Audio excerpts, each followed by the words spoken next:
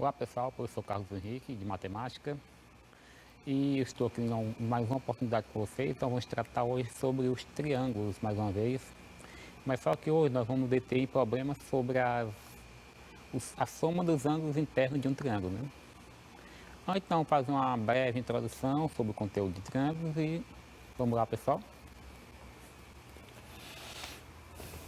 Primeiro, soma dos ângulos internos de um triângulo.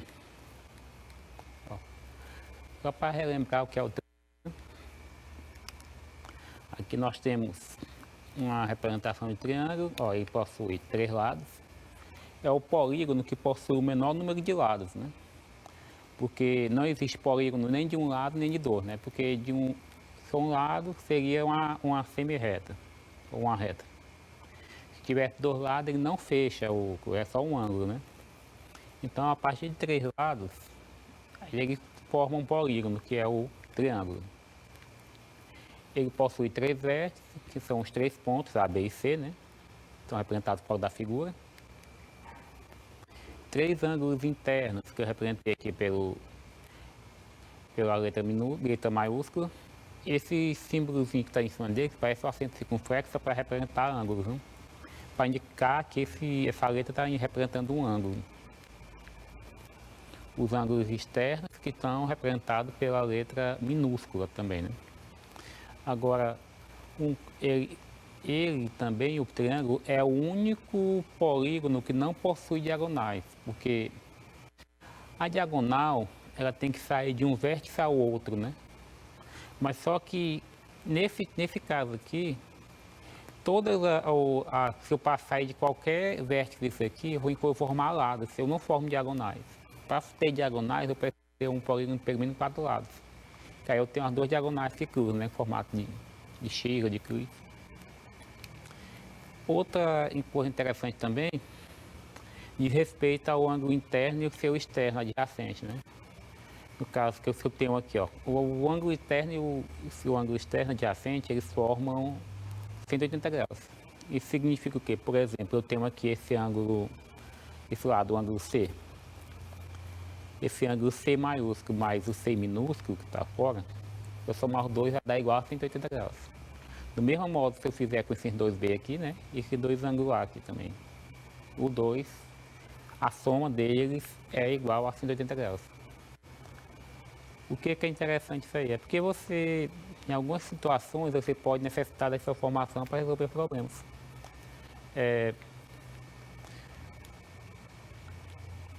Os triângulos, eles podem ser classificados de 2 formas, né?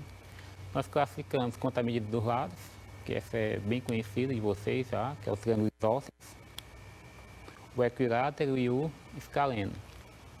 Primeiro, nós temos a representação de um triângulo aqui, que é um isósceles. O triângulo isósceles, ele possui pelo menos 2 lados congruentes, que no caso aqui são o lado AB e AC, e o lado com medida diferente chamado de baixo, né? Que é o lado, nesse caso aqui é o lado BC. Os ângulos adjacentes à base são congruentes, que são o ângulo B aqui e o ângulo C. São os ângulos que têm a mesma medida. Por isso que nós dizemos que eles são congruentes, né?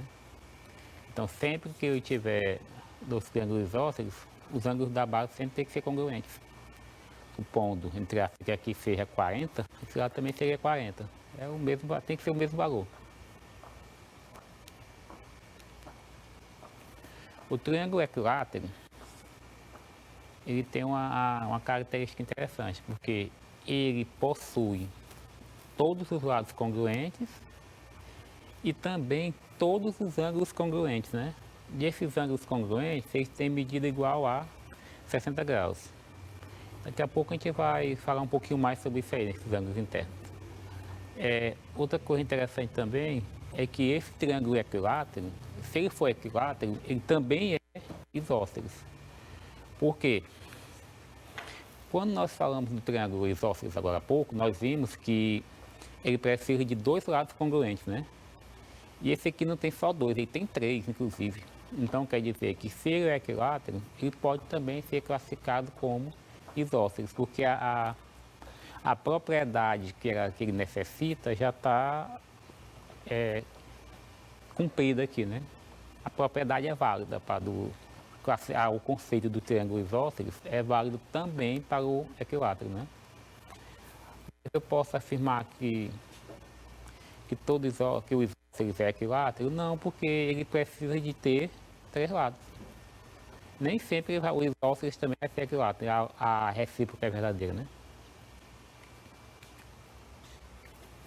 Ó, o triângulo escaleno, a característica principal dele é que ele não possui lados congruentes, ou seja, se um lado se o ângulo ali, a B, supondo que ele seja 10, o AC vai ser, por exemplo, 14, o BC 17, nenhum dos lados tem medida igual. Então, os três lados têm medidas totalmente diferentes, né? Assim como todos os lados têm medidas diferentes, os ângulos também vão ter medidas diferentes. Os ângulos não são congruentes. Não possui lados congruentes e não possui ângulos congruentes.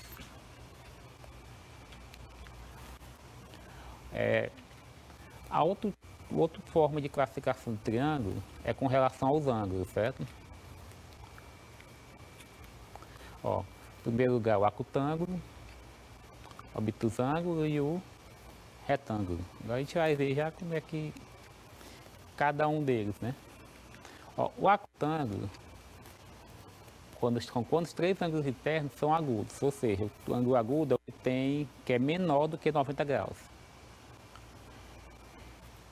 Então, o professor quer dizer que se for 9,99999, porque só que a gente não trata quando a gente está tratando de ângulo, é diferente, né? Possivelmente que estudaram no sexto ano, a questão do ângulo, a divisão das partes do submúltiplo do ângulo, que é o minuto e o segundo, mas é mais ou menos essa coisa, essa situação. Se você tem um ângulo, mesmo que seja 1/10 menor do que 90, ele já é agudo. Então, eu tenho aqui o exemplo de um triângulo acutângulo. Observa. Os ângulos, todos os três são menores que 90. Um é 70, 60 e 50. O triângulo retângulo ele é bem conhecido porque ele gera tem uma parte do nono ano, quando vocês chegaram no nono ano, que vocês vão estudar só o triângulo retângulo, né? Aí nessa parte, vocês vão ver mais a importância desse triângulo aqui para a matemática em si, né? Ó, o triângulo retângulo é quando um dos ângulos internos é reto, tem medida igual a 90 graus. Observe, eu tenho ele aqui, né? Esse triângulo aqui, ele é retângulo em B, porque o ângulo reto é formado lá. Os outros dois, 60 e 30. Uma coisa interessante no triângulo retângulo é que se o triângulo é retângulo, os outros ângulos, a soma dos outros dois tem que dar igual a 90. Então, se eu tenho 60 lá, possivelmente eu tenho que ter 30 aqui. Se eu tivesse, por exemplo, lá no lugar de 60, eu tivesse 80. De 80 para 90, volta 10. Então, desse lado aqui, eu teria que ter um ângulo igual a 10. Se eu tivesse, mais um exemplo, aqui 89, professor, aquele ângulo é 89, isso aqui vai ser quanto? Teria que ser 1.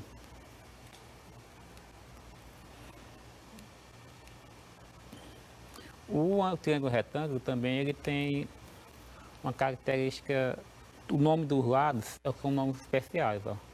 Os dois lados que formam um ângulo agudo, o ângulo reto, perdão, os dois lados que formam um ângulo reto, eles são chamados de catetos.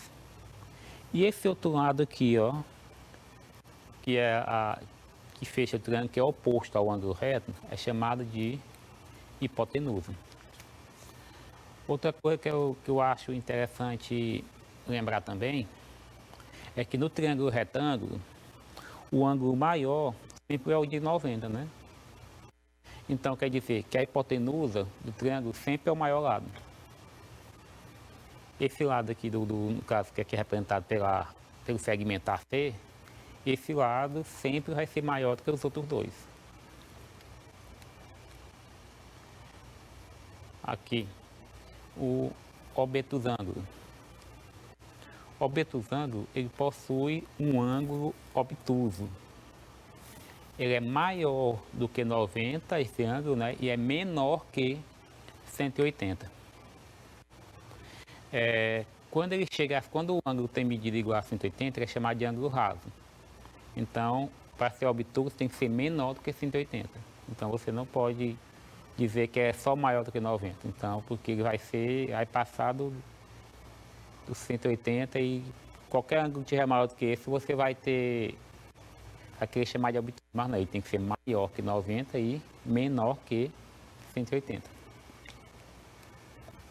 Aí o triângulo obtusângulo, perdão, ele sempre tem um lado, o ângulo maior é sempre bem mais aberto. Ó. O triângulo obtusângulo, eu lembro muito bem assim daquela parte de cima da casa, né? Onde forma o telhado. Aquele ângulo de cima da casa, ele sempre tem que ser um ângulo obtuso. Por quê? Porque o que acontece? Se for muito fechado aquele ângulo, o teto, as telhas vão descer, não segura, né? Então, tem que formar sempre um ângulo obtuso. Você pode lembrar, quando você fazer lembrar do triângulo obtusângulo, lembre daquele triângulo lá, né? Que é o formato do telhado da casa. Aí eu tenho ali um ângulo obtuso, né? E tenho mais dois agudos que seriam 20 e 30. Agora vamos tratar sobre os ângulos de um triângulo, né? Ó,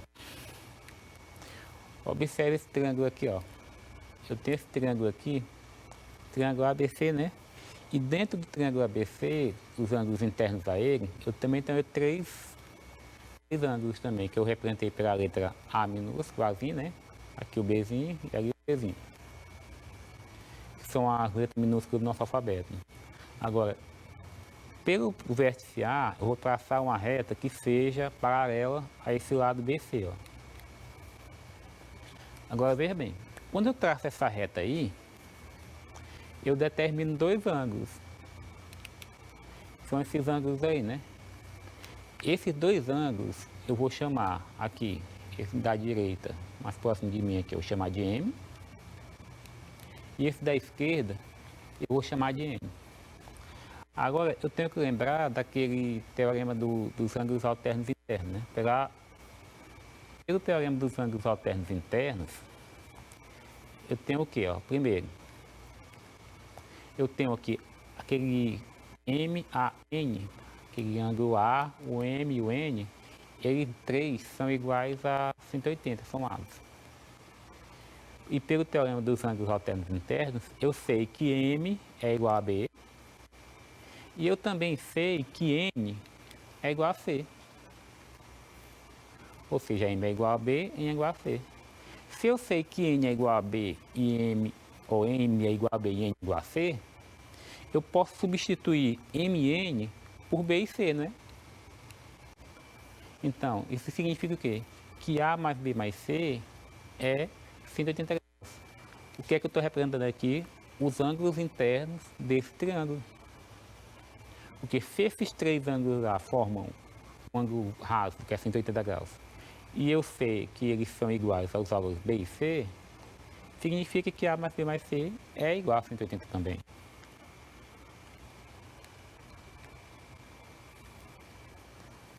Aí isso é que nós temos que ter em mente para a resolução de todas as atividades de hoje. Ó. Aí eu tenho aqui, ó. Por exemplo. Outra forma de você ver também como é que esses nossos ângulos realmente são iguais a 180 graus, a soma desses três ângulos, é você fazer o seguinte, ó. Você pega uma folha de papel aí na sua casa, sei lá, aí com o auxílio de uma régua, você desenha um triângulo dessa forma aqui, ó. Você pode até pegar uma folha aí agora, lá no seu caderno aí, onde você está escrevendo. Você risca E pinta os três ângulos, você pinta aí também. Pode pintar de cor diferente ou de mesmo da mesma cor, né? O importante é que seja marcado. Depois, você vai fazer o seguinte. Você pega essa folha de papel e você vai partir ela mais ou menos assim, ó, como está aqui, ó. Que foi que quando eu parti esse triângulo aí, foi que eu fiz? Eu separei os três cantos do triângulo, entre aspas, né? Os três ângulos que formam ele, né? Aí depois você faz o quê? Você pega esses três ângulos e junta os três, ó. Aí como é que fica? Você observa que esses três ângulos aqui, ó, quando você junta os três, eles formam também um ângulo raso, né? Que é o ângulo de 180 graus. É uma forma bem prática de você ver. Se você fizer na sua casa, aí você vai ver que realmente forma 180 graus.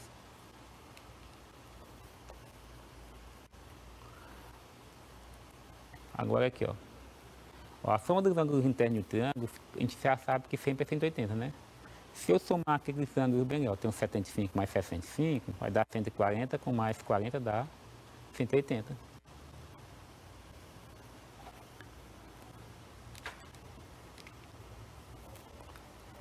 Eu tenho esses dois exemplos aqui, ó. Se eu somar, vou começar somando aquele de lá, ó. Aquele de lá eu tenho 43 mais 47 dá 90, com mais 90 dá 180. Olha aí. Nesse aqui também eu faço a mesma coisa, ó. Tenho 65 mais 65 dá 130.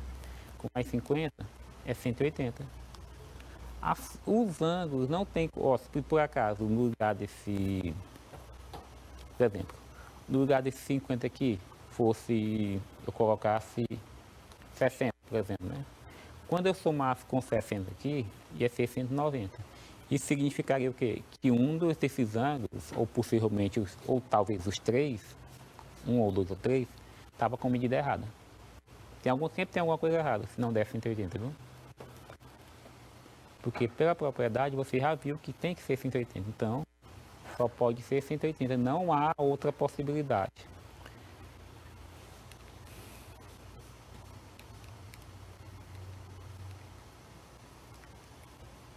Agora observemos o triângulo abaixo aqui, ó. Eu tenho esse triângulo aqui. Aí esses três ângulos eu vou determinar agora qual é o valor de cada um desses ângulos aí, né? Primeiro, eu vou ter que somar os três. Eu sei que a soma dos três ângulos é igual a 180, então eu somando os três aqui, tem que dar 180. Aí eu vou fazer o que agora? Para resolver, vou somar os valores que tem x, os que tem as incógnitas. Se eu somar 3 mais 2 são 5, com mais 1, 6, dá 6x. E agora eu vou somar os números inteiros, ó. 13 mais 17 são 30, né? E tudo isso é igual a 180. Agora eu vou trazer esse 30 para o segundo membro. Aí deixa só o 6x e aí o 180, o 30 vem negativo para cá, né? 180 já está aqui e menos 30. Então 6x é igual, 180 menos 30 é 150. Agora o x é só eu dividir o 150 por 6. O x vai ser igual a 25. Agora, que eu já sei que o x é igual a 25, eu posso calcular o valor de cada um desses lados, desses ângulos aí, ó. Começando pelo primeiro lá, ó. O primeiro lá é 3x, então é 3 vezes 25, que é igual a 75. O segundo é 2 vezes 25 mais 13. Então 2 vezes 25 são 50, com mais 13 é 63. O terceiro é x mais 17, vai ficar 25 mais 17, que isso dá igual a 42. Para comprovar se você está correto, você pode somar esses três ângulos aí, ó. No caso é 75 mais 63 mais 42. Você somar 75 mais 63 dá 138, com mais 42 dá 180 graus. Aí o nosso triângulo é assim, ó. O triângulo que nós temos lá. Esse ângulo é 73, o ângulo aqui do lado do B é 75 e esse é 42. Vamos ver agora mais dois exemplos, ó. Primeiro, calcule o valor de x no triângulo abaixo. Em seguida, determine a medida dos ângulos, né? Cada um desses ângulos aí. Primeiro, ó, nós temos aqui, pela propriedade que nós estudamos, nós temos que a soma dos ângulos internos é 180, então vai ser 5x mais 3x mais 2x. Se eu somar os três aí, ó, 5 mais 3 são 8, com mais 2 são 10. Então 10x é igual a 180, né? O x vai ser o 180 dividido por 10 e que x é igual a 18. Agora, para fazer lá, eu vou ter que substituir, né? Esse x pelo valor, que é 18, em cada um daqueles ângulos lá. Começando primeiro pelo 5x. Eu tenho 5x, é o quê? É 5x, né? Que é 5 vezes 18. 5 vezes 18 seria igual a 90. No segundo, lá tem 3x. 3x seria 3 vezes 18, né? 3 vezes 18 dá 54. E o terceiro é 2x. 2x vai ser 2 vezes 18, que dá igual a 36. Então, quais são os nossos ângulos aí, ó? No vértice A, o ângulo é 90. No vértice B, o ângulo é 54. E no vértice C, o ângulo é 36. Ó, próximo exemplo. O triângulo abaixo é isósceles, né? Quanto medem os outros dois ângulos desse triângulo? Primeira coisa que nós temos que lembrar. Se esse triângulo é isósceles, quer dizer que os dois lados têm a mesma medida, né? E que os ângulos da base vão ter também a mesma medida. Você pode se perguntar, professor, mas me diga uma coisa, a base sempre vai ficar embaixo? Não necessariamente. Eu poderia virar esse triângulo, colocar a base do outro para ficar acima, e mesmo assim o triângulo continuaria isósceles. Mas eu posso afirmar, em primeiro lugar, que bem aqui, esses dois ângulos é que têm a mesma medida. Por que eu posso afirmar isso? Aquele ângulo de cima ele é 102 graus. Se eu somar ele mais uma vez, vai dar 200. Ou seja, quer dizer que eu não posso ter, se eu não posso ter um ângulo interno maior do que 180, e eu for admitir que o outro é 102 também, eu já passei de 180. Então eu tenho certeza a partir disso que esses dois aqui embaixo é que são os ângulos iguais, de mesma medida. E eu também sei que eu somando os dois, com mais aquele 102 ali, vai dar igual a 180, que é o que nós vamos ilustrar aqui. Chamando os dois ângulos de x, eu tenho x mais 102 igual a 180. Então, somando aqui agora, x mais x dá 2x, fica 2x mais 102, né? Que é igual a 180. Agora eu vou trazer o 102 para o segundo membro. Aí 2x fica igual a 180 menos 102. 2x vai ficar igual a 78, certo? Então, ó, o x vai ser igual ao 78 dividido por 2. E nesse caso, o x é igual a 39. Significa o quê, ó? Que como aqui é x e lá também é x. Agora, pessoal, a gente vai começar a responder algumas atividades. Ó. Vou começar com essa aqui. Essa aqui eu vou resolver com vocês e as próximas eu vou dar um tempo para vocês fazerem, certo? Vamos calcular o valor de x no triângulo abaixo, né?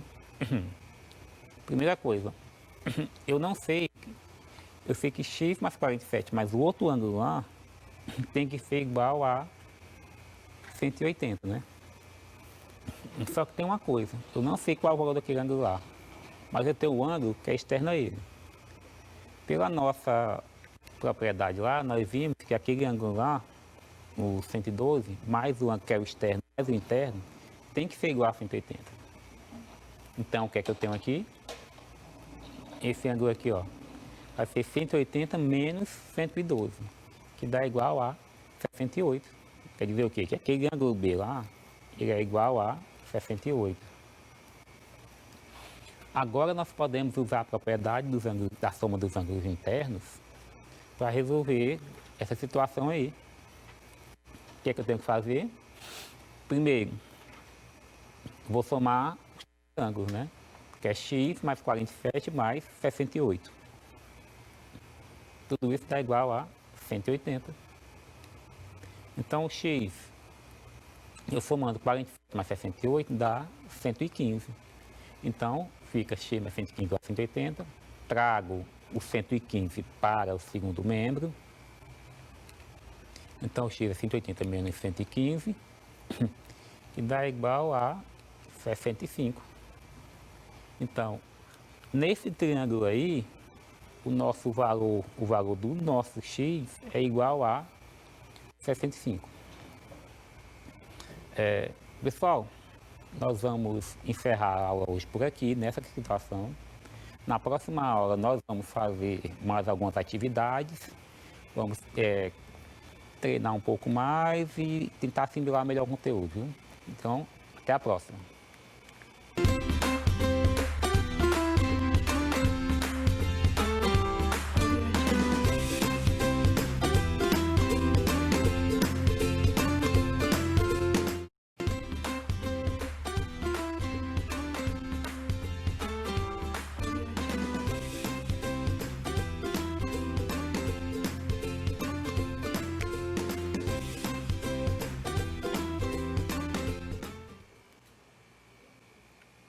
Olá pessoal, sou o professor Carlos Henrique de Matemática e estou aqui mais uma oportunidade com vocês. E hoje nós vamos dar continuidade à aula anterior sobre triângulos na resolução de problemas.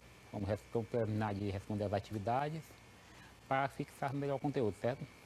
E hoje eu também queria mandar um abraço para meus alunos lá na Escola Municipal Professor Obrácio Carvalho, meus colegas professores, ao pessoal da administração, a gestão e tudo mais, né? Espero que esteja todo mundo bem aí. Vamos lá, pessoal. Continuando aqui, soma dos ângulos internos de um triângulo. Vamos responder hoje algumas atividades, certo? Continuar. Calcule o valor de A, B e C no triângulo abaixo, né? Nós temos aí que A, B e C são esses três ângulos aí. Como nós estudamos alguma coisa na aula anterior, eu queria dar agora para vocês um tempinho para vocês poderem resolver, tentar resolver aí. E daqui a pouco nós voltamos para conseguir o resultado e ver quem acertou essa atividade, certo?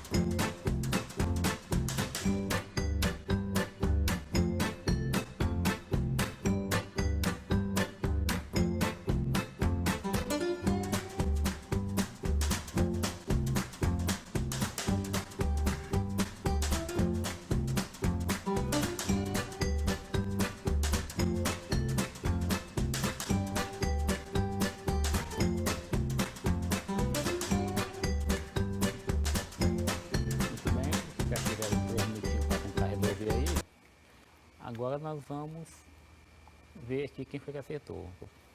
Olha só, nós temos três ângulos, o A, B e C, né? Mas para começar a resolver isso aí, por exemplo, eu não poderia começar tentando resolver pelo A. Por quê? Ó, no triângulo em que o A está, também tem o B. E eu não sei qual é o valor nem do B e nem desse ângulo aqui que é adjacente ao C, né? Então, eu não posso começar pelo A. Eu teria que começar ou pelo ângulo B ou pelo ângulo C. Aqui, nós começamos pelo ângulo B. Por quê? O ângulo B, ele é adjacente ao ângulo 134, né? Ele é que o ângulo 134, ele é externo a ele. Isso significa o quê? Que para calcular o B, eu vou ter que calcular 180 menos 134, porque o ângulo interno mais o adjacente a ele dá 180. Então, 180 menos 34 é igual a 56, 46, né? Então, quer dizer que o B é igual a 46, esse é o valor de B. Agora, eu posso calcular o valor de C. Como é que eu vou calcular isso aqui? Eu posso fazer a soma dos ângulos internos desse triângulo aqui, onde o C está.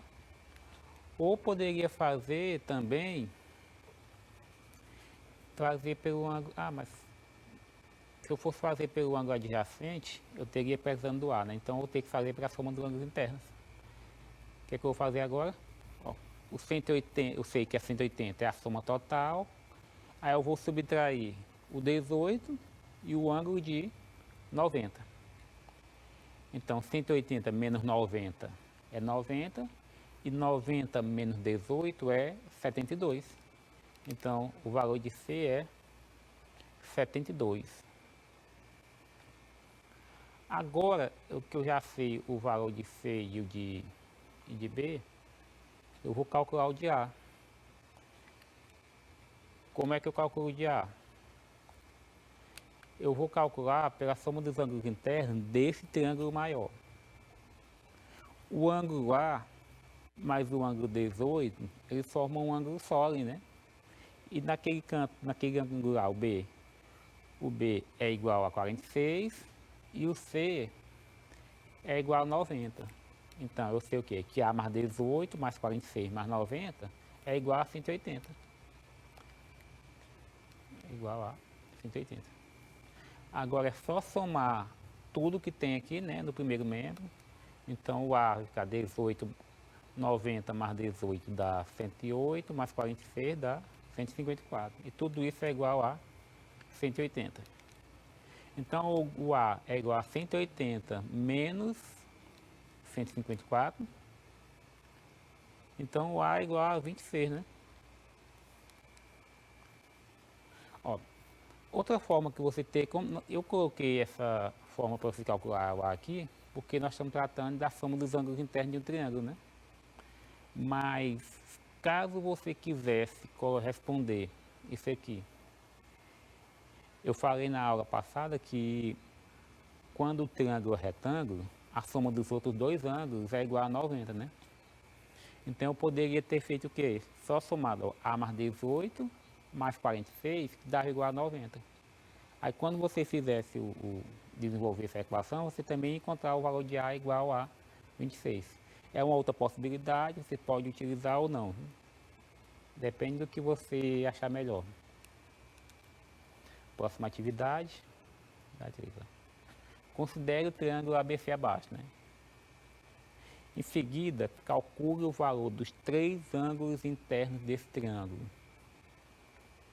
Usando aquele mesmo teorema, ali naquele ângulo B, você pode usar aquele mesmo teorema do ângulo externo que nós usamos na questão anterior. Então, quer dizer, depois que você fizer isso aí, você calcula a soma dos ângulos internos. Não tem tempo para você resolver ainda, daqui a pouco a gente volta para conferir o resultado, certo?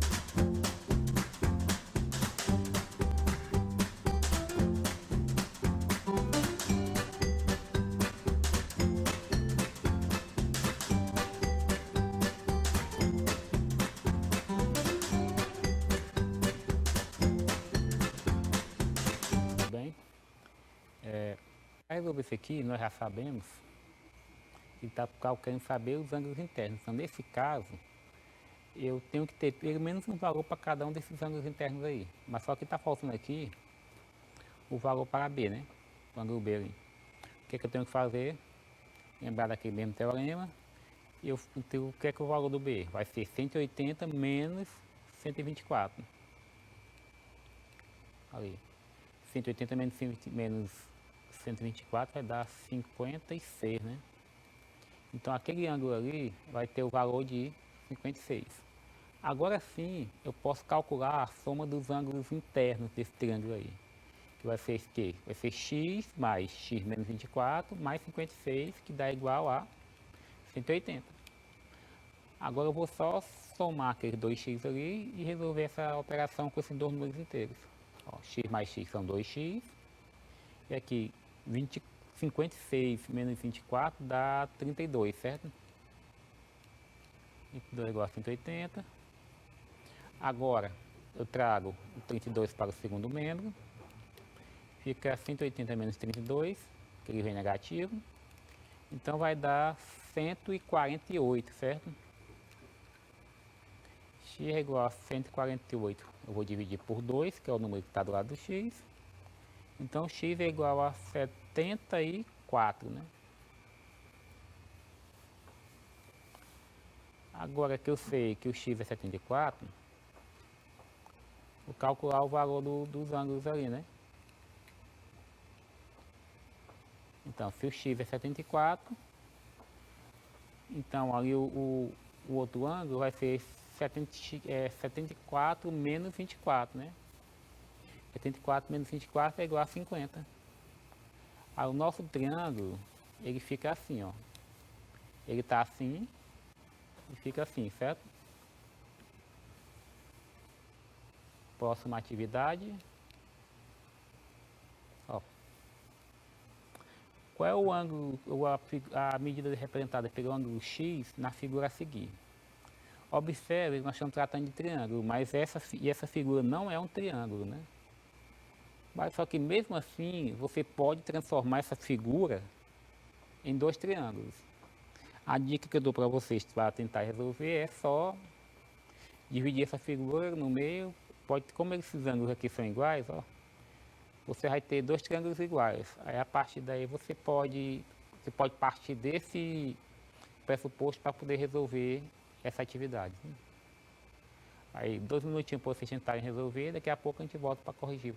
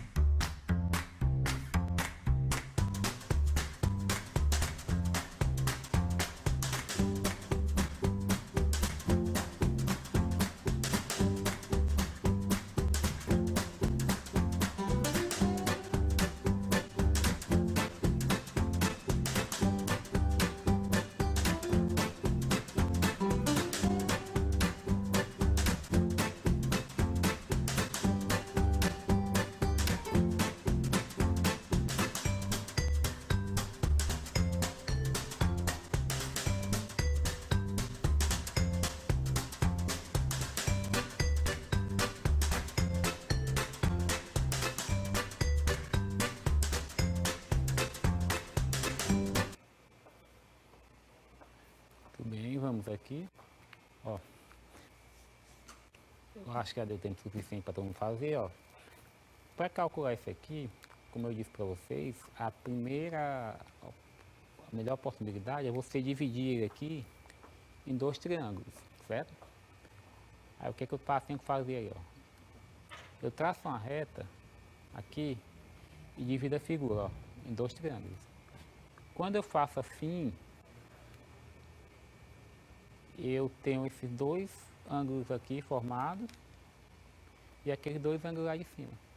O ângulo lá em cima, que era 80, ó, eu dividi, ficou 40. Aí agora que eu tenho, você observa que eu tenho dois triângulos iguais. Eu posso calcular apenas um, depois o resultado eu multiplico por 2. Primeira coisa que eu tenho que fazer, calcular o valor daquele ângulo interno ali, né? Aí eu vou chamar esses dois ângulos de y, né? Então eu tenho o quê? Que y mais 40 mais 35 é igual a 180. Qual será o valor de y? Ó, somando 40 mais 35, eu tenho 75, né? Isso dá igual a 180. Então, y vai ser 180 menos 75. Isso é igual a 105. Eu já sei que aquele no lugar do y lá é 105. Ó. Substituo o y pelo 105. Aí agora eu chamei aquele número bem, aquele ângulo bem ali do lado, que é adjacente ao 105, eu chamei de x1, né? x1 por quê? Porque tem o x, que é o ângulo completo, né? Que é aquela abertura completa de fora. E só aquele pedacinho ali eu chamei x1. Tenho que lembrar também que tanto um de um lado como do outro é x1, né? Então é só calcular 1 e multiplicar por 2. Lembrando mais uma vez, quer dizer, ó, aí eu tenho que 105, aquele ângulo ali x1, o x1 vai ser 180 menos 105. Então o x1 é 75. E se eu multiplicar 75 por 2, vai dar 150. Então o ângulo x representado na figura lá é 150. A nossa próxima atividade aqui, ó. Ó, o triângulo ABC, ele é isósceles, né? Aí eu tenho que calcular o valor dos ângulos x, y e z. Vamos lá, pessoal, aí 2 minutinhos para vocês tentarem fazer essa atividade aí. Daqui a pouco a gente volta e confere o resultado, certo?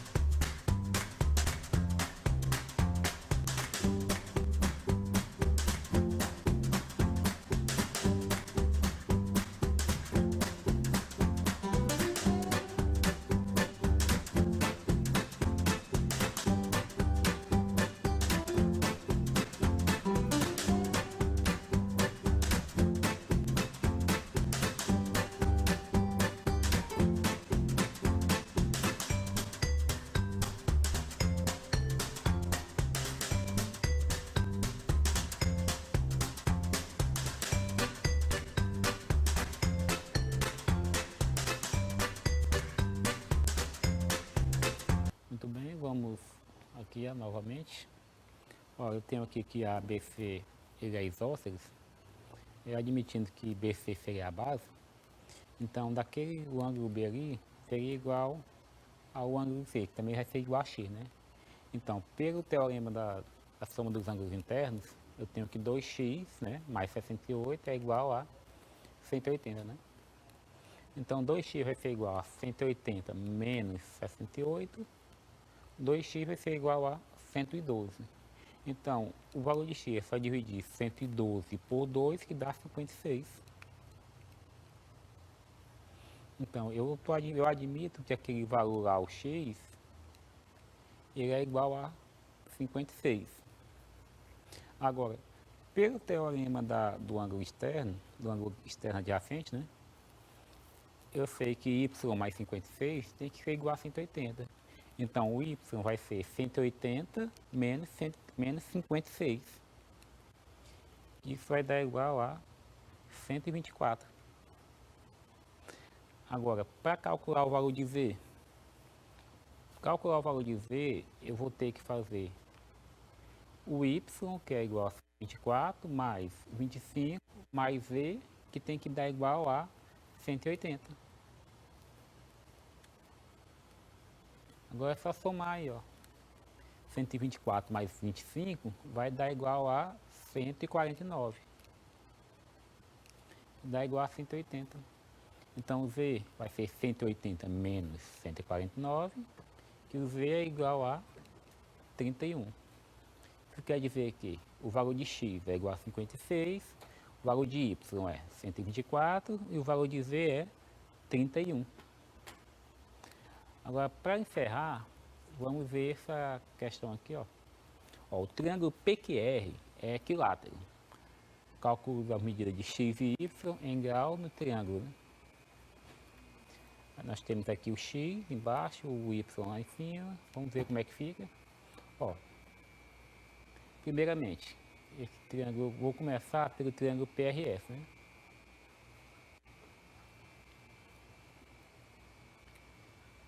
Ó, admitindo que esse triângulo seja equilátero, eu tenho aqui, ó, y mais 102 é igual a 180, né?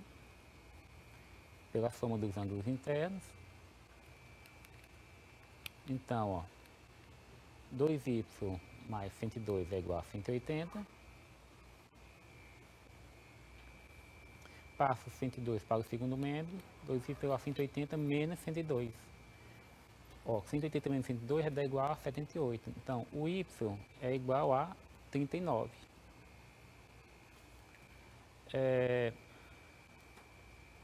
Como o y aqui eu já sei que é igual a 39, que seria aqui embaixo, eu sei que x mais y vai ser igual a 72, porque esse triângulo ele é equilátero. Então, se x mais y é igual a 32 e o x é igual a 39, então quer dizer o quê? Que o x vai ser 72 menos 39. Então, o x vai ser igual a 33. Pessoal, hoje nós vamos encerrando por aqui. Espero que todo mundo tenha assimilado bem o conteúdo. Espero que tudo esteja de acordo com o que nós estudamos. Espero que todo mundo tenha aprendido bastante. E continue treinando em casa, faça a atividade que os professores estão passando e até mais.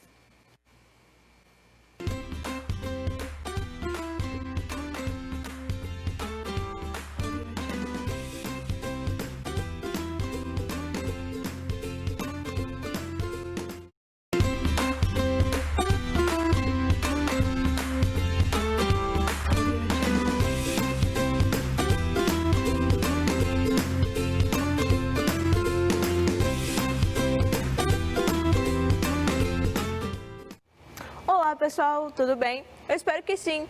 Eu sou a professora Débora, professora de Ciências do 8º ano, e na aula de hoje nós iremos entender um pouquinho como que é interpretado o boletim do tempo, tá bom? Então pega seu caderno, pega sua caneta para anotar os principais pontos dessa aula. Então, vamos lá?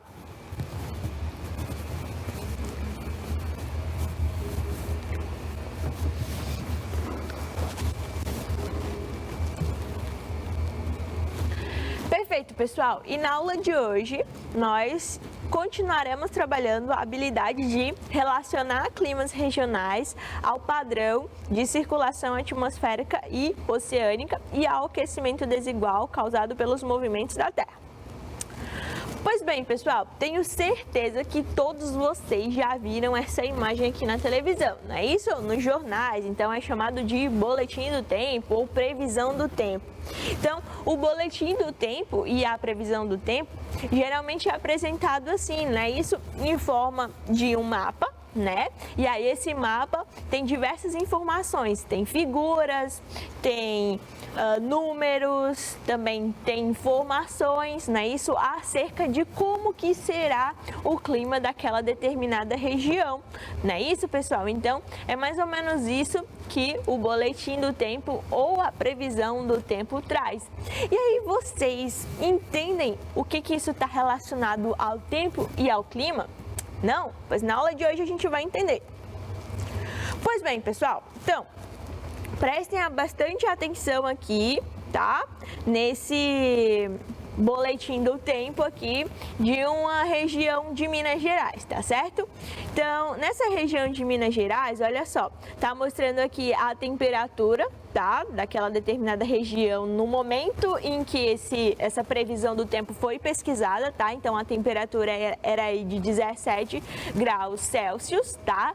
Então, graus Celsius significa a grandeza em que o tempo é medida, tá? Então, no nosso caso, a grandeza é medida em graus Celsius, tá bom? Da temperatura daquela região. Além disso, nesse boletim aqui do tempo, também está mostrando aí a chuva, tá? A umidade, o vento, tá bom? Então tem diversas informações aí sobre o tempo daquela região, tá certo? Além disso, também uma coisa que eu quero que vocês prestem bastante atenção é que, olha só, os boletins do tempo, eles vêm acompanhados com uma temperatura máxima e uma temperatura mínima, não é isso? Então, geralmente, o repórter, por exemplo, o jornalista fala lá, a máxima de determinada região é 19 graus e a mínima é de 15 graus. Vocês entendem mais ou menos o que isso quer dizer? Não? Pois vamos lá, vou explicar para vocês. A temperatura máxima de uma determinada região, tá? Então, é a intensidade maior da temperatura naquela região. Então, quando a temperatura está em um grau elevado, significa a máxima daquela região. E aí é feito uma previsão através de dados meteorológicos, tá bom?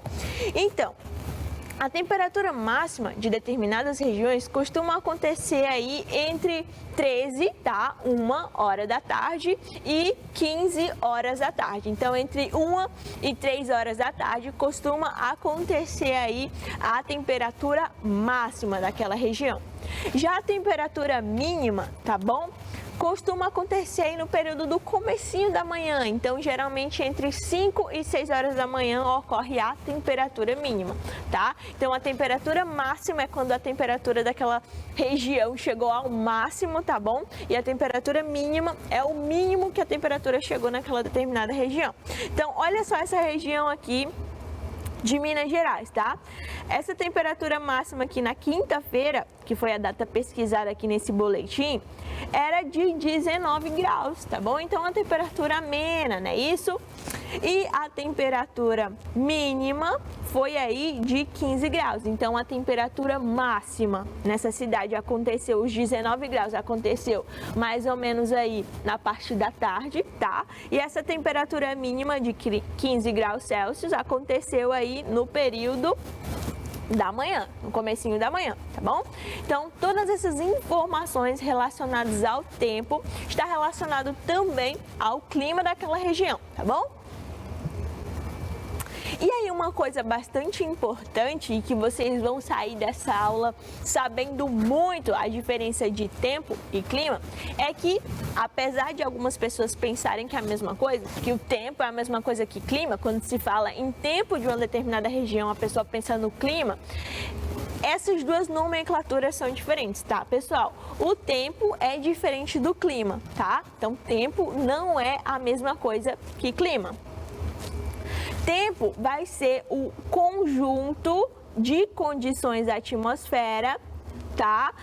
De um certo lugar, num certo momento, tá bom? Então, o clima vai ser naquele dia, naquele momento, tá? Então, o tempo é medido naquele instante, tá certo, pessoal? E aí, existem diversos tipos aí de tempo.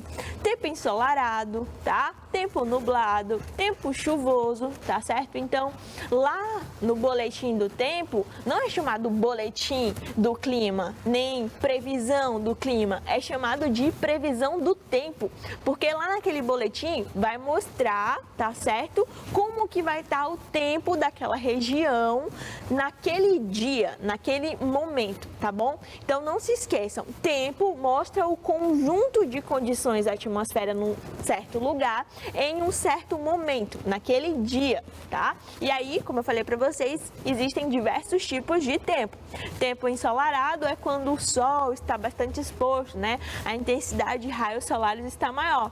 Tempo nublado é quando o tempo está mais fechado, não é isso? Então, parece que vai chover, não é isso? E o tempo chuvoso é quando está chovendo, ou então acontecendo tempestades, tá bom, pessoal? Beleza, e como eu falei para vocês, os boletins meteorológicos, eles fornecem a previsão do tempo e não do clima, tá? Então, olha só esse boletim aqui, mostrando aqui a previsão do tempo no Brasil, né? Isso, então, como eu falei para vocês, essa previsão é mostrada, é ilustrada aí com diversas figuras, não é isso? Com diversas informações que acabam facilitando a nossa compreensão. Então, olhem só, vamos imaginar aqui. Vamos pensar aqui no Piauí, olha só o Piauí aqui no mapa do Brasil, tá? Então, parte do Piauí, olha só, tá um tempo ensolarado, não é isso? Olha só, tá mais amarelo mais escuro. E outra parte do Piauí tá mais nublado, então tá um amarelo mais clarinho, tá bom? Então, a partir disso, a nossa compreensão fica mais fácil, não é isso? Mostrando essas figuras, essas imagens, essas ilustrações, fica mais fácil a gente saber como que vai estar o tempo, não o clima, daquela determinada região, tá bom? Tá. Professora, entendi. O tempo é as condições atmosféricas em um determinado lugar, naquele momento, é isso? Naquele dia. E o clima? O clima vai ser utilizado para se referir às condições da atmosfera que costumam, olha só, se repetir em um certo lugar, tá? Durante anos. Então, é como que está as condições atmosféricas daquele local que se repetem durante anos, tá certo? Então, é claro que o tempo vai ser relacionado ao clima, tá bom? Apesar de não ser a mesma coisa, o clima é influenciado pelo tempo, tá certo? Então, o clima de uma determinada região vai ser aí determinado por diversos padrões, diversas variáveis, como, por exemplo, a temperatura máxima e a temperatura mínima, tá? Que é atingido nesse local. Então, o clima daquela região vai ser relacionado aí à temperatura máxima e à temperatura mínima. Por exemplo, a gente viu a temperatura máxima e a temperatura mínima no início da aula de uma região de Minas Gerais. A temperatura máxima que a gente observou lá era qual? 19 graus Celsius, não é isso? Então é uma temperatura baixa, tá? Então lá o clima é mais frio, tá bom? Diferentemente aqui no nosso estado, no Piauí, em Teresina, que às vezes a temperatura máxima costuma chegar aí a 35 graus Celsius a 38 graus Celsius, então é uma temperatura muito alta, tá? Então a temperatura máxima e a temperatura mínima vão influenciar no clima de uma região. Enquanto lá em Minas Gerais a temperatura máxima é relativamente baixa, então o clima lá vai ser mais frio. Diferentemente daqui, que é a temperatura máxima chega em números muito altos, não é isso? Então o clima daqui vai ser mais quente, tá certo?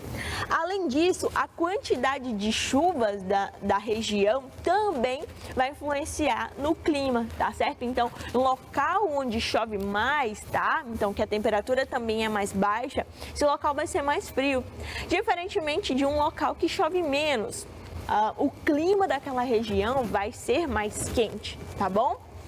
Além disso, os ventos, tá bom? Então, a quantidade de ventos daquela região também vão influenciar no clima daquela região. Além disso, a umidade do ar, tá? Então, quando o ar é mais úmido e quando o ar é menos úmido, isso também influencia aí no clima daquela região, tá bom? Neblina, tipo de chuva, ocorrência aí de tempestades e ciclones. Então, todos esses fatores mostrados aqui para vocês, tá? Vão influenciar no clima de uma região. E o clima, ele, como eu falei para vocês, significa as condições atmosféricas de uma determinada região que costuma se repetir ao longo de vários anos, né? Então, o clima, ele é bastante observado. Quer um exemplo disso? É só você pensar em sertão nordestino. Quando a pessoa fala em sertão nordestino, você pensa em um clima como? Um clima assim, não é isso? Um clima mais árido, uma temperatura mais alta, um clima mais quente, não é assim que você pensa no sertão nordestino? Isso porque as condições atmosféricas, tá? E todas aquelas variáveis que eu acabei de mostrar para você, temperatura máxima, temperatura mínima, se repetem nessa região do sertão nordestino ao longo de vários anos. Então, todas aquelas variáveis se repetindo vão ocasionar no clima dessa região. Então, por que o clima dessa região é mais seco? Porque a temperatura máxima é muito alta, tá bom? Porque a quantidade de chuva é pouca, porque a umidade do ar também é pouca, tá certo? Porque os ventos também vão ser poucos. Tudo isso vai influenciar aí para o clima dessa região ser mais seco, tá certo? Ser um clima mais quente, tá bom?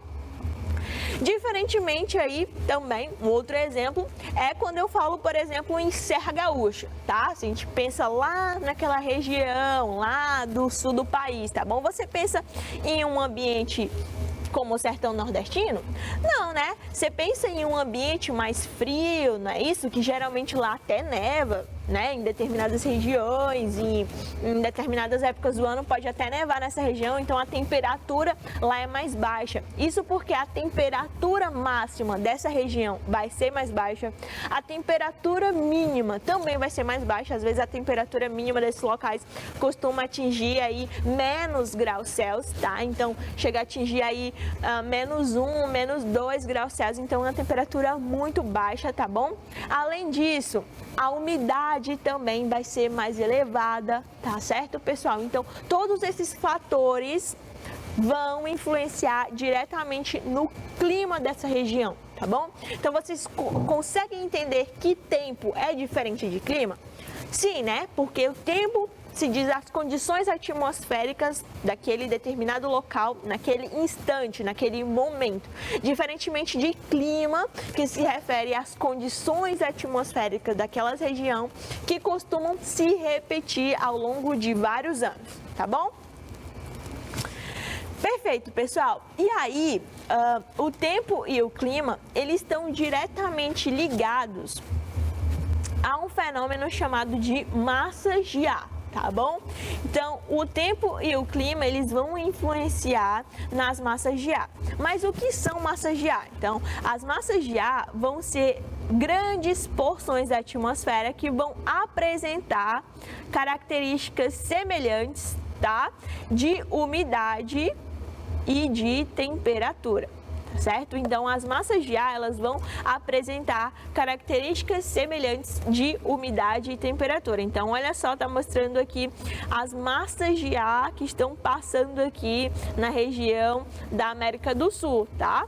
Então, olha só, essas massas de ar, vocês conseguem observar elas parecendo como nuvens, né? Geralmente também isso aqui é mostrado aí nos boletins do tempo, tá bom?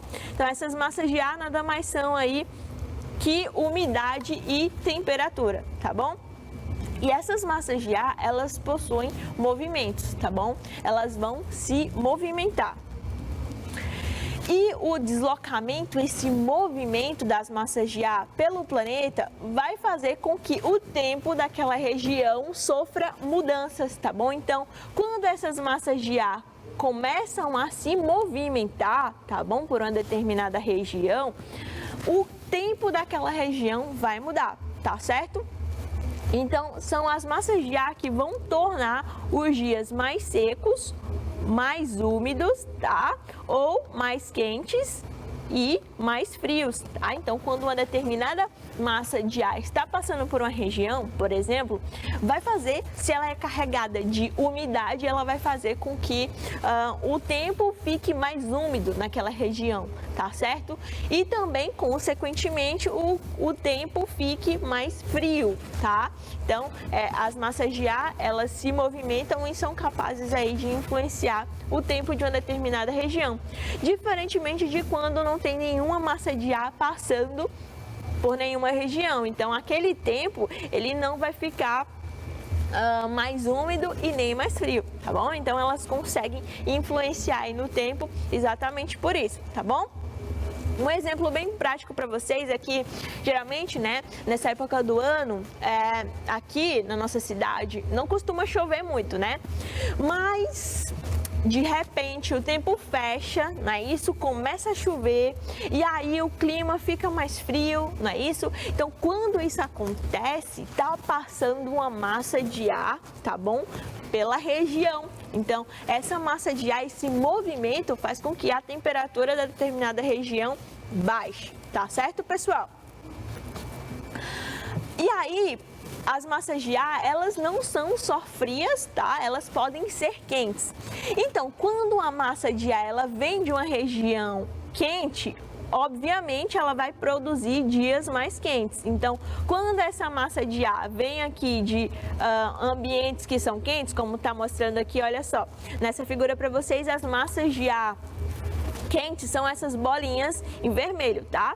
Então, essas bolinhas vermelho, olha só, passando aqui por essas regiões, vai tornar o dia dessa região aqui mais quente. Se é uma massa de ar quente, então há uma baixa umidade, há uma alta temperatura, isso ocasiona aí dias mais quentes.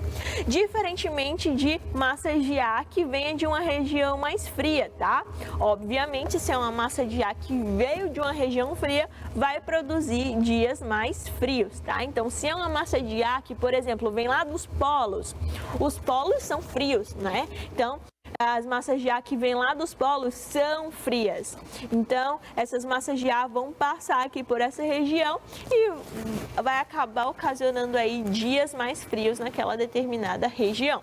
Tá certo, pessoal? Perfeito. E aí, tá bom, vocês podem se perguntar, tá, professora, entendi, as massas de ar elas têm movimento e elas podem influenciar no clima, no tempo, né, isso de uma determinada região. Mas o que faz com que as massas de ar se movimentem?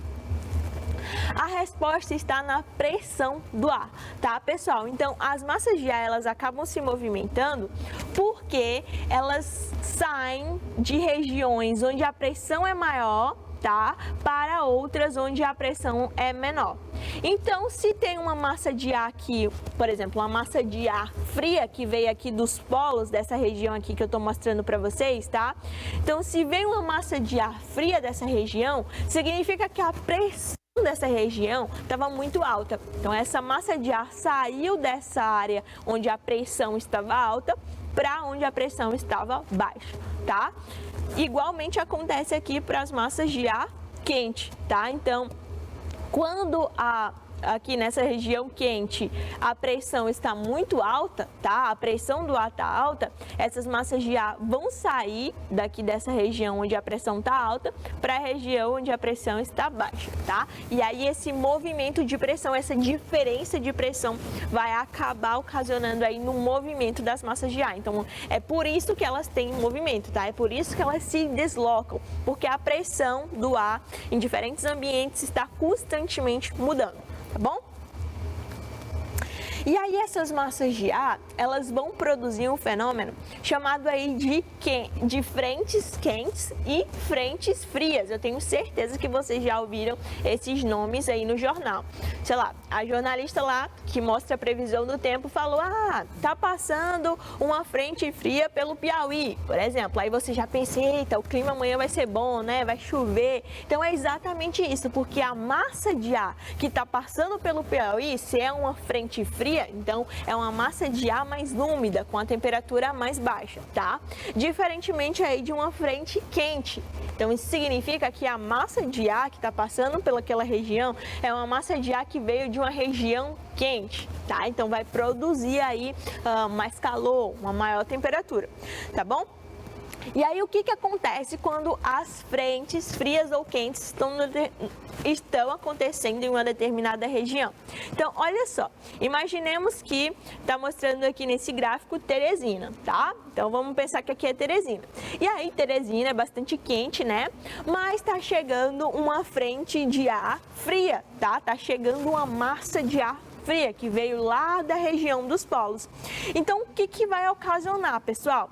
Essa frente fria, esse ar frio, olha só, vai chegar, tá? Ele vai chegar. E aí vocês lembram que eu falei para vocês que o ar quente, ele sobe porque ele se expande? Então, se o ar quente de Teresina estava aqui na atmosfera, tá?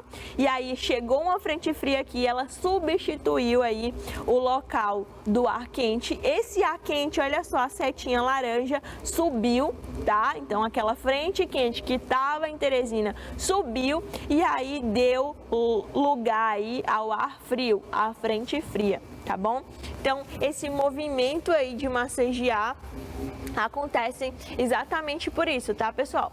Porque o ar quente, se chega uma frente fria em uma determinada região, o ar quente sobe e o ar frio desce. Então, o ar frio fica concentrado naquela região. Consequentemente, a temperatura vai ser mais baixa, geralmente vai chover, não é isso? Porque essa diferença de temperatura acaba ocasionando a chuva, como está sendo mostrado aqui nessa figura para vocês, tá certo? Então, tudo isso proporciona aí um clima mais ameno, né? Isso, um clima que é mais frio, tá? Isso é bastante perceptível, como eu já falei para vocês, estou dando um exemplo de Teresina direto, é porque é uma região que é quente, né? Então, quando chega uma massa de ar fria, a gente consegue perceber, é bastante perceptível, porque a temperatura, por mais que no dia anterior estivesse muito alta, a temperatura do nada baixa, tá? E aí chove, fica mais frio e é maravilhoso. Não sei vocês, mas eu amo os dias assim, tá bom, pessoal? Então, entenderam, né? Que as massas de ar se movimentam e elas vão influenciar aí no tempo daquela determinada região. Perfeito, pessoal. E aí, as massas de ar, elas também vão influenciar no clima das diferentes regiões da Terra. Então, se é uma região onde costuma chegar muita massa de ar fria, tá? Como é o exemplo do sul do nosso país, do sul do Brasil, que é uma região que está no sul, então está mais próximo ao polo, tá? Então, lá no sul chega muita massa de ar fria, então é por isso que o clima daquela região, como eu até mostrei para vocês, da Serra Gaúcha, é um clima mais frio, tá? É um clima mais ameno, tá bom? As temperaturas são mais baixas, tá? Isso porque as massas de ar que chegam naquela região são massas de ar mais frias. Diferentemente, por exemplo, do Nordeste, que as massas de ar que costumam chegar aqui no Nordeste são massas de ar mais quentes, tá bom? Então vão influenciar para o clima da região nordestina seja mais quente, tá bom? E aí, o clima, ele vai depender de uma variedade de fatores, como por exemplo, a distância em que a região está do oceano, tá? Então, no oceano, é uma região que venta muito, tá? Que as massas, as correntes marítimas estão se movimentando. Então, é uma região que tem bastante vento. Então, consequentemente, a temperatura vai ser mais amena, tá bom, pessoal? Então, o clima da região aí vai ser influenciado pela distância em que aquela região está do oceano. Além disso, as correntes marítimas que vão passar pelaquela região, influenciada aí também pelos oceanos, tá bom? Se a área é montanhosa ou plana, também é um outro fator que vai influenciar diretamente no clima de uma região. Geralmente, regiões que são montanhosas são regiões que são mais frias, não é isso? Diferentemente de regiões que são planas, que são regiões mais quentes, tá bom? A altura em relação ao nível do mar é outro fator que vai influenciar no clima de uma determinada região, tá bom?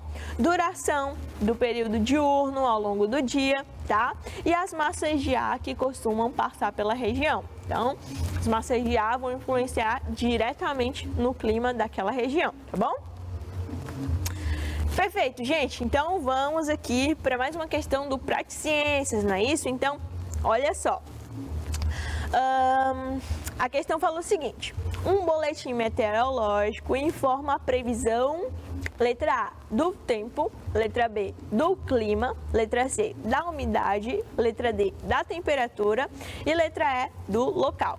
Essa questão é bem facinha, então eu vou dar aí uns 2 minutos para vocês copiarem no caderno e responderem, tá bom? Marcar a alternativa correta e aí nos vemos daqui a alguns instantes, tá bom?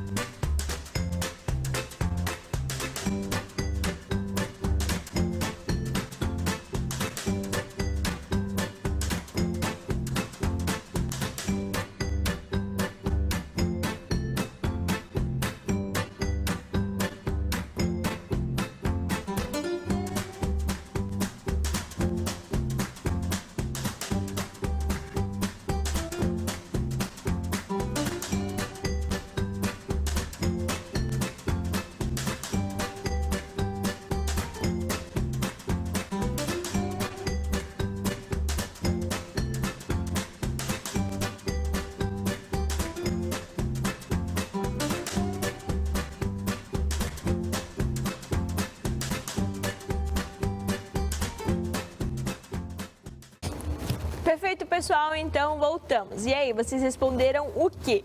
Vamos lá, nossa resposta. Então, um boletim meteorológico informa a previsão do tempo. Não é isso, pessoal? Resposta, letra A. Isso porque aquele boletim da previsão do tempo e não do clima vai mostrar como que está a condição atmosférica daquela região naquele momento, naquele dia, tá? Então, obviamente, o tempo daquela região vai influenciar no clima, tá certo? Mas tempo não é a mesma coisa que clima, tá? Quando a gente fala de tempo, é o que está acontecendo naquele momento naquela região. Como que está as condições atmosféricas daquela região naquele determinado momento, tá certo? Diferentemente de clima, que são as condições atmosféricas que costumam se repetir durante anos, tá bom? Então, a resposta dessa questão do Pratisciências é letra A de amor, tá bom? Perfeito, pessoal. Então, vamos sintetizar tudo que falamos aqui. Nós falamos de tempo, não é isso? E também falamos de clima. Então, tempo são as condições atmosféricas que acontecem naquele local, naquele momento, naquele dia. Diferentemente de clima, que são as condições atmosféricas que costumam se repetir durante anos, tá bom? Que vai determinar o clima daquela região. E aí está relacionado com um clima mais seco, um clima mais frio, um clima mais úmido e assim sucessivamente, tá bom? E aí nós vimos como que tanto o tempo e o clima influenciam diretamente e são influenciados nas massas de ar, tá? Que aí existem as massas de ar quentes e as massas de ar frias, não é isso? E como que tudo isso está relacionado com a previsão do tempo, não foi isso? Então, essa foi a nossa aula de hoje, tá, pessoal? A aula sobre tempo e clima. Eu espero que vocês tenham gostado dessa aula, tenham aprendido tudo direitinho. Então, foi isso, pessoal. Um forte abraço para todos, um grande beijo e até a próxima aula.